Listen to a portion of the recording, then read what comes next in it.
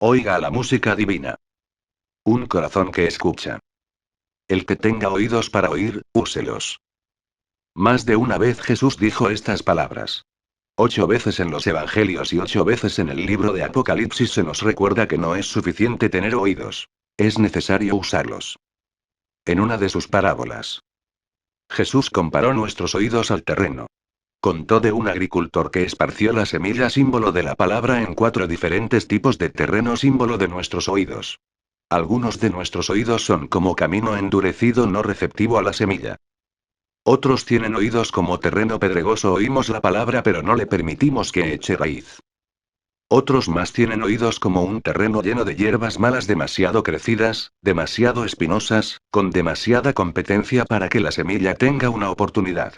Pero hay algunos que tienen oídos para oír bien arados, capaces de discernir y listos para oír la voz de Dios. Por favor, note que en todos los casos la semilla es la misma. El sembrador es el mismo. La diferencia no está en el mensaje ni en el mensajero, sino en el que oye. Si la proporción de la historia es significativa, 3/4 partes del mundo no están oyendo la voz de Dios. Sea debido a corazones duros, vidas superficiales o mentes llenas de ansiedad, el 75% de nosotros estamos perdiéndonos el mensaje. No es que nos falten oídos. Es que no los usamos.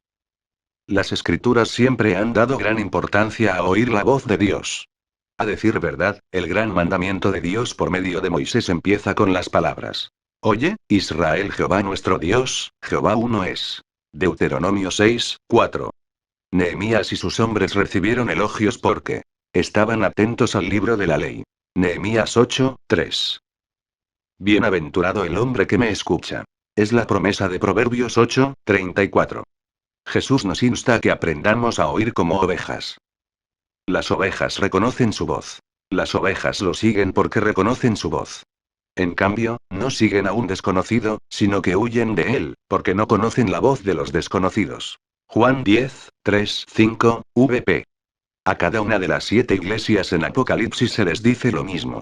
El que tiene oído, oiga lo que el Espíritu dice a las iglesias. Nuestros oídos, a diferencia de nuestros ojos, no tienen tapas. Deben permanecer abiertos, pero cuán fácilmente se cierran. Denalin y yo estábamos comprando algunas maletas hace algún tiempo. Hallamos lo que queríamos en un almacén, y le dijimos al vendedor que íbamos a ir a otro almacén para comparar precios. Me preguntó si quería una tarjeta personal. Le dije. No. Su nombre es fácil de recordar, Roberto. A lo cual replicó. Me llamó José. Había oído al hombre, pero no le había escuchado. Pilato tampoco escuchó. Tenía el clásico caso de oídos que no oyen. No solo que su esposa le advirtió. No tengas nada que ver con ese justo. Mateo 27:19, sino que el mismo verbo de vida estaba ante Pilato en su cámara y proclamó. Todo aquel que es de la verdad, oye mi voz. Juan 18:37. Pero Pilato tenía oídos selectivos. Permitió que las voces del pueblo dominaran las voces de la conciencia y la del carpintero. Las voces de ellos y de los principales sacerdotes prevalecieron. Lucas 23:23. Al final Pilato inclinó su oído a la muchedumbre y lo alejó de Cristo, e ignoró el mensaje del Mesías. La fe viene por el oír. Romanos 10:17, y puesto que Pilato no oyó, nunca encontró fe. El que tiene oídos para oír, úselos. ¿Cuánto tiempo ha pasado desde que usted se hizo revisar sus oídos? Cuando Dios esparce la semilla, ¿cuál es el resultado? ¿Puedo hacerle una o dos preguntas para probar cuán bien oye usted la voz de Dios? ¿Cuánto tiempo ha pasado desde la última vez que dejó que Dios se apoderara de usted? Quiero decir realmente apoderarse de usted. ¿Cuánto tiempo ha pasado desde que le dio una porción de tiempo, sin diluir, sin interrupciones, para escuchar su voz? Evidentemente Jesús lo hacía. Hizo esfuerzos deliberados para pasar tiempo con Dios. Pas mucho tiempo leyendo respecto a cómo Jesús escuchaba y emergerá un patrón distintivo. Él pasaba regularmente tiempo con Dios, orando y escuchando. Marcos dice. Levantándose muy de mañana, siendo aún muy oscuro, salió y se fue a un lugar desierto, y allí oraba. Marcos 1:35. Lucas nos dice. Mas él se apartaba a lugares desiertos, y oraba. Lucas 5:16. Permítame preguntarle lo obvio. Si Jesús, el Hijo de Dios, el Salvador sin pecado de la humanidad, pensó que valía la pena dejar libre su calendario para orar, ¿no será sabio que nosotros hagamos lo mismo? No solo que él pasaba regularmente tiempo con Dios en oración, sino que pasaba regularmente tiempo en la palabra de Dios. Por supuesto, no vemos a Jesús sacando de su mochila un Nuevo Testamento encuadernado en cuero y leyéndolo. Lo que sí vemos, sin embargo, es el impresionante ejemplo de Jesús, en el fragor de la tentación en el desierto, usando la palabra de Dios para enfrentarse a Satanás. 3 veces fue tentado, y cada vez repelió el ataque con la frase: está escrito en las Escrituras. Lucas 4, 4, 8, 12, y entonces citó un versículo. Jesús estaba tan familiarizado con las Escrituras que no solo sabía el versículo, sino que sabía cómo usarlo. Después tenemos la ocasión cuando a Jesús se le pidió que leyera en la sinagoga. Se le dio el libro del profeta Isaías. Halló el pasaje, lo leyó, y declaró: hoy se ha cumplido esta escritura delante de vosotros. Lucas 4, 21. Se nos da el cuadro de una persona que sabe abrirse paso en las escrituras y puede reconocer su cumplimiento. Si Jesús pensó que era sabio familiarizarse con la Biblia, ¿no deberíamos hacer lo mismo? Si vamos a ser como Jesús, si vamos a tener oídos que oyen la voz de Dios, entonces hemos hallado dos hábitos dignos de imitar: los hábitos de la oración y de la lectura de la Biblia. Considere estos versículos. Gozosos en la esperanza. Sufridos en la tribulación. Constantes en la oración. Romanos 12, 12. Cursivas añadidas.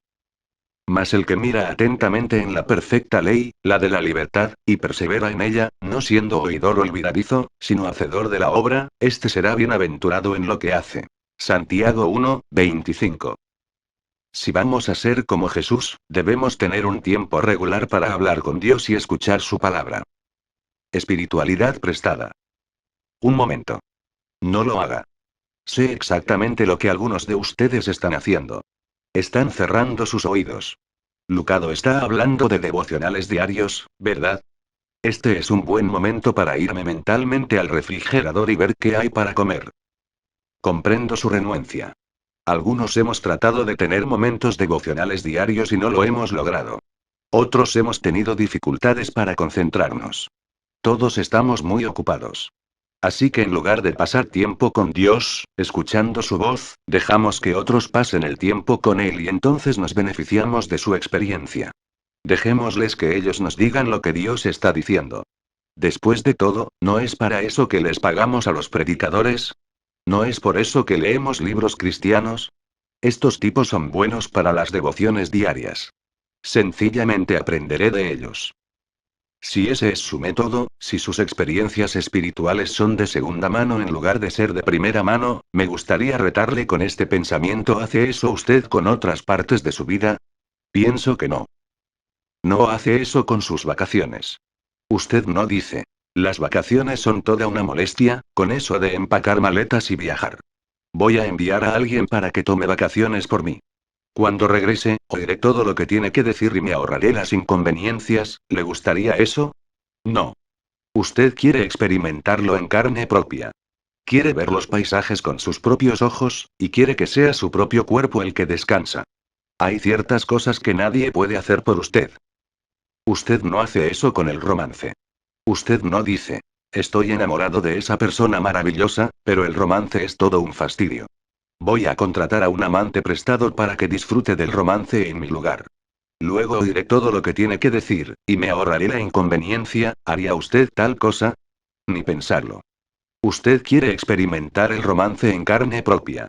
No quiere perderse ni una palabra ni una cita, y ciertamente no quiere perderse ese beso, ¿verdad? Hay ciertas cosas que nadie puede hacer por usted. Usted no deja que alguien coma en su lugar, ¿verdad? Usted no dice: masticar es una molestia. Mis mandíbulas se cansan, y la variedad de sabores es abrumadora.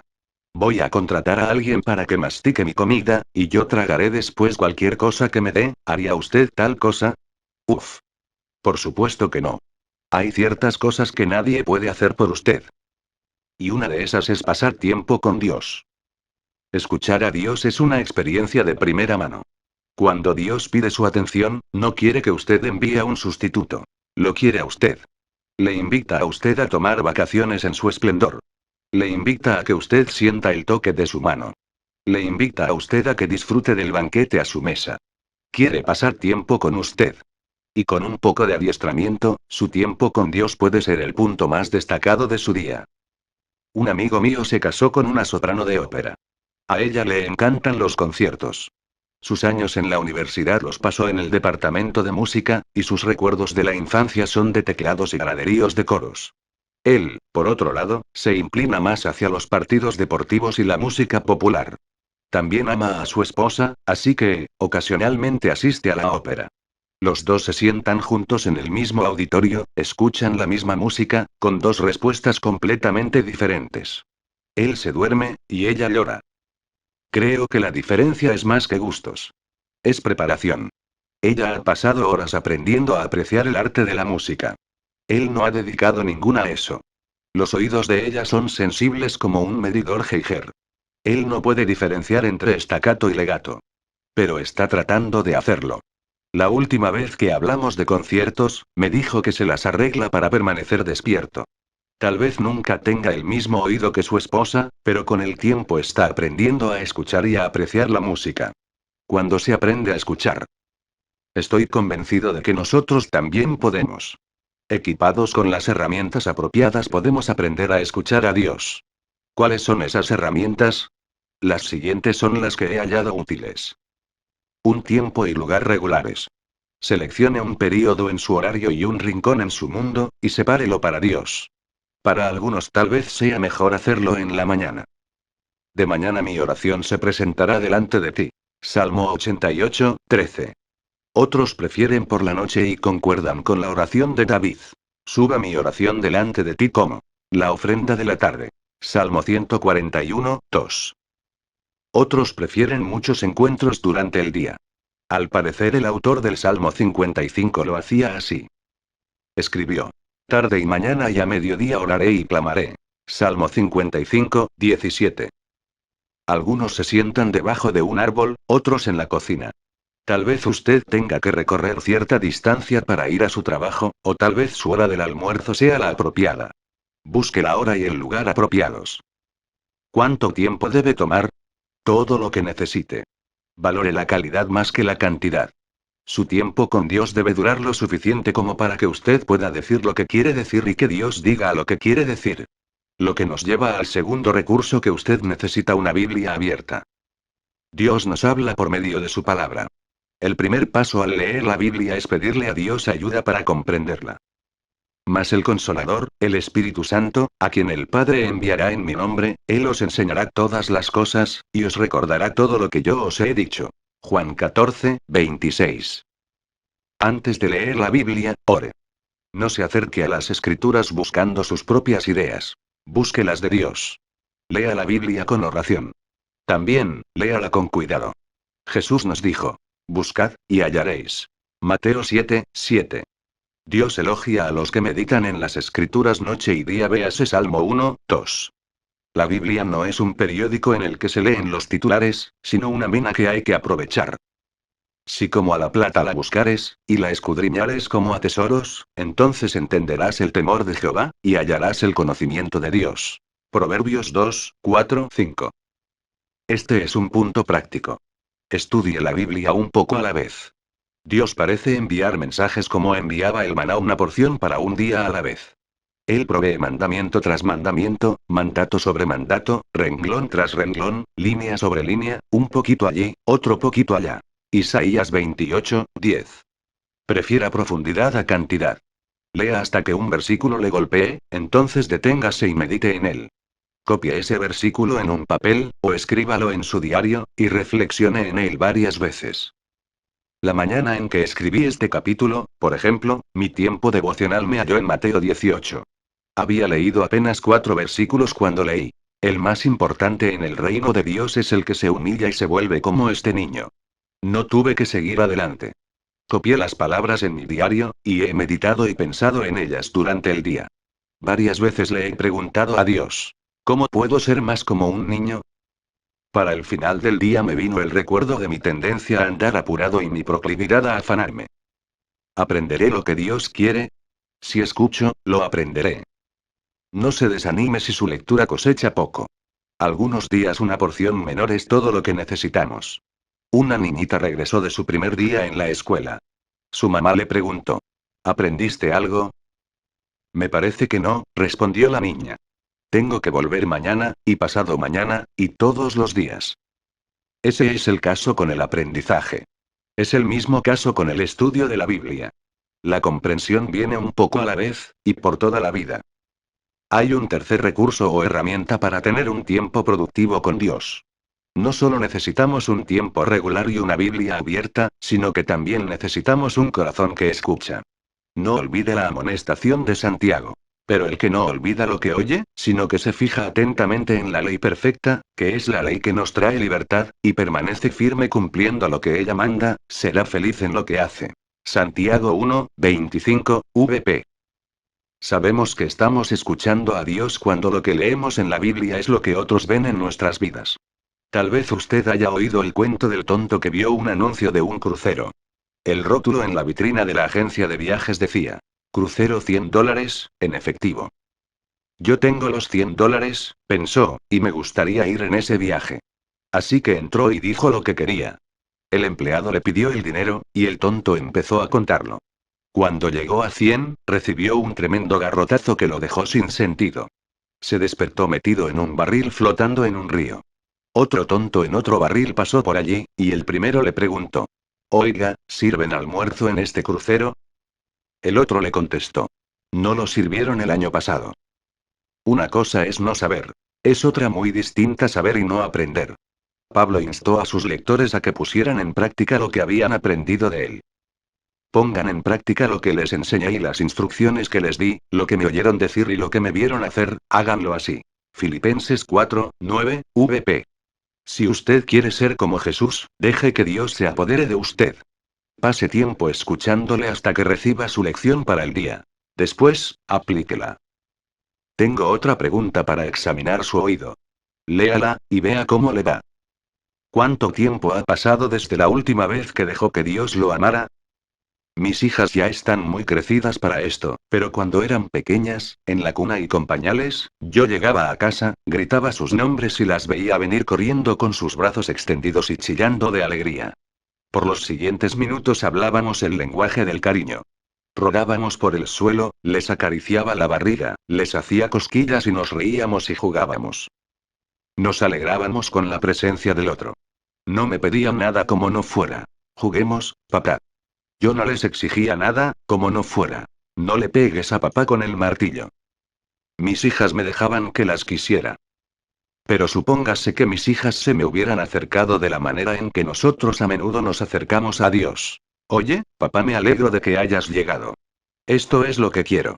Más juguetes. Más dulces. ¿Podemos ir a un parque de diversiones estas vacaciones? Hey. Hubiera querido decir: no soy mesero, ni tampoco esto es un restaurante. Soy tu padre, y esta es nuestra casa. ¿Por qué no te subes a las rodillas de papá y me dejas decirte cuánto te quiero? ¿Ha pensado alguna vez que Dios quisiera hacer lo mismo con usted? Ah, él nunca me diría tal cosa, ¿no se las diría? Entonces, ¿a quién le estaba hablando cuando dijo: yo te he amado con amor eterno? Jeremías 31, 3, vp.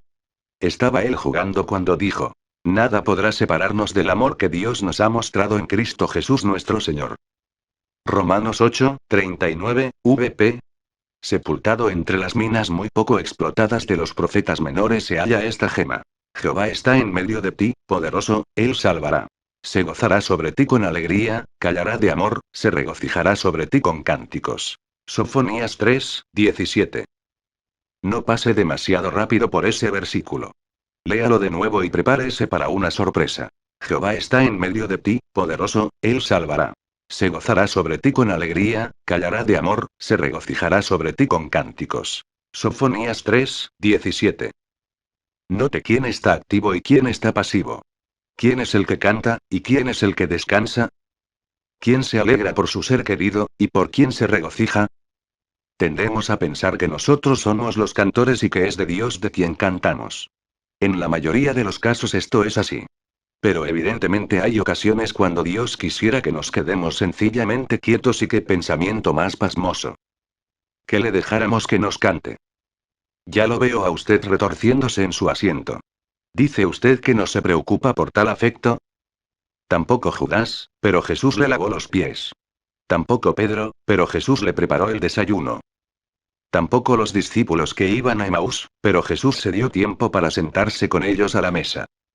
Además, ¿quiénes somos nosotros para determinar si somos dignos? Nuestra tarea es sencillamente estar quietos lo suficiente como para dejar que Dios se apodere de nosotros y nos ame. ¿Oye la música? Voy a concluir contándole algo que tal vez haya oído antes, aun cuando no lo haya escuchado como se lo voy a contar. Lo ha oído, porque usted participa en la historia. Usted es uno de los personajes. Es la historia de los bailarines que no tenían música. ¿Puede imaginarse lo difícil que sería? ¿Bailar sin música? Día tras día llegaban a un gran salón en la esquina de las calles principal y ancha. Traían consigo a sus esposas. Traían a sus esposos.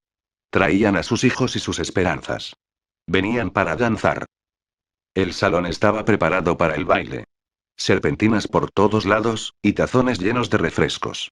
Las sillas estaban colocadas contra las paredes. La gente llegaba y tomaba asiento, sabiendo que habían venido para bailar pero sin saber cómo porque no había música. Tenían globos.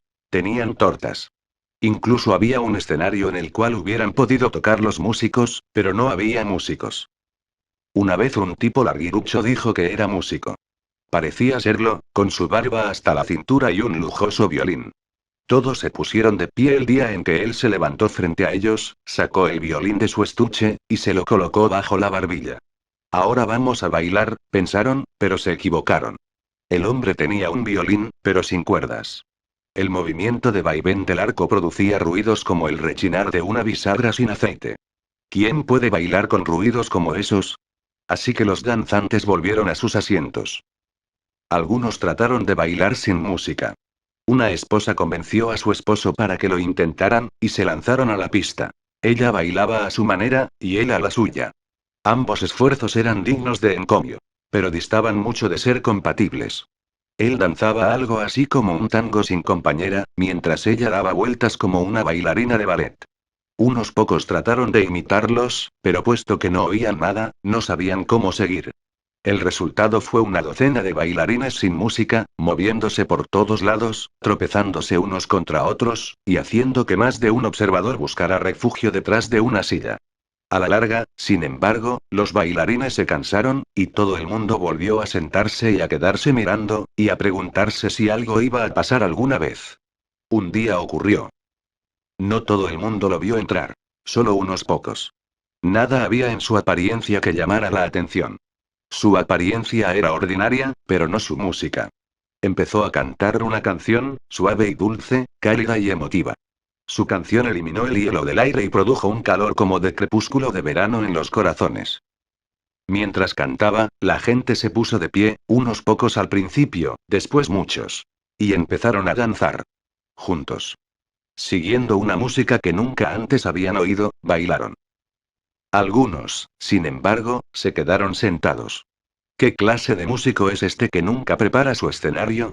¿No trae su banda? ¿No viste traje especial? Los músicos no salen simplemente de la calle. Tienen su séquito, su reputación, una fama que proyectar y proteger. De este tipo, ni siquiera se menciona mucho su nombre. ¿Cómo podemos saber que lo que está cantando es realmente música? Cuestionaron. La respuesta del cantante fue al punto. El que tenga oídos para oír, úselos.